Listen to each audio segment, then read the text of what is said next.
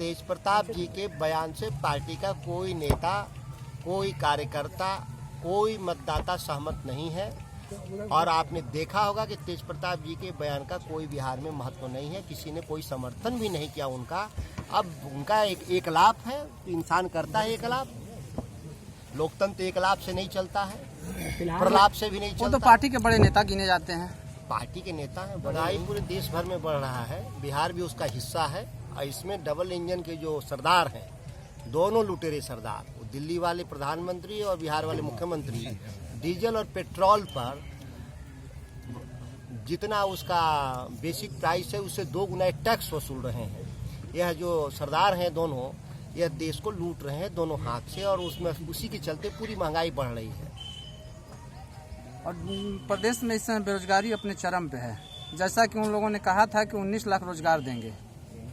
अभी लॉलीपॉप और झुनझुना दिए हैं। विधानसभा में बजट पेश कर रहे थे बिहार के उप मुख्यमंत्री और उनका जो सरदार हैं नीतीश कुमार, जो कहे कि 200 करोड़ में बिहार के 20 लाख लोगों का रोजगार हम लोग देने जा रहे हैं। स्वरोजगार को भी अब रोजगार मानते हैं।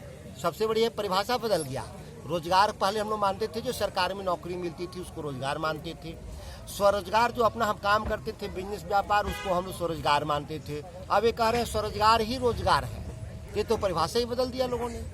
और शेरे कैमूर और शेरे बिहार के नाम से जाने जाते हैं जगदानंद जी, और उनको तेज प्रताप जी ने कहा था कि हमारे पिताजी की बीमारी की वजह वही है और पार्टी को कमजोर कर रहे हैं। तेज प्रताप जी के बयान से पार्टी का कोई नेता, कोई कार्यकर्ता, कोई मतदाता सहमत नहीं है।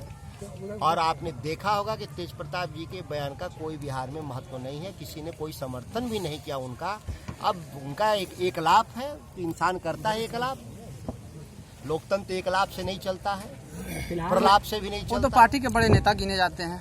पार्टी के नेता हैं, बड़े नहीं, पार्टी से बड़े नहीं है। पार्टी से किसान आंदोलन के विषय में क्या कहेंगे? सरकार के द्वारा कहा जा रहा है कि किसानों के लिए, किसानों के हित में ये बिल लाया गया है, मगर आप लोग विरोध कर रहे हैं। बिहार में 2006 में यह कानून आया था। जो दिल्ली में कानून बना है, भारत की सरकार ने जिस कानून को बनाया है, यह कानून बिहार 2006 में आया। आप देख लीजिए, आप तो गवाह हैं, आप पत्रकार भी हैं और किसान भी हैं। 2006 के बाद जब से कानून है, दुर्दशा ये है कि जो न्यूनतम समर्थन मूल्य से 40% कम दाम पर किसान का अनाज बिक रहा है, वो गेहूं हो, धान हो, मक्का हो, जो भी है।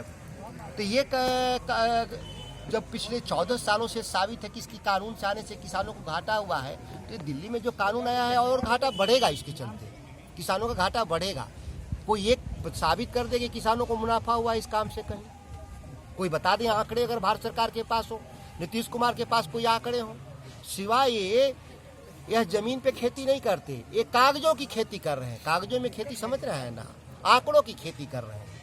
इस आंकड़ों की खेती से लोगों का पेट नहीं भरेगा। हम लोगों को जमीन पर जो पैदा होगा उससे पैदा हुए लोगों से पेट भरेगा। बिहार में सर कुछ दिन पहले अभी तालीमी मरकज का जो बहाली हुआ था उसको बर्खास्त किया गया, उन लोगों को निकाला गया, इस पर क्या कहना चाहते हैं? नीतीश कुमार की सरकार हर गैर कानूनी काम में लगी है जो नहीं करना चाहिए।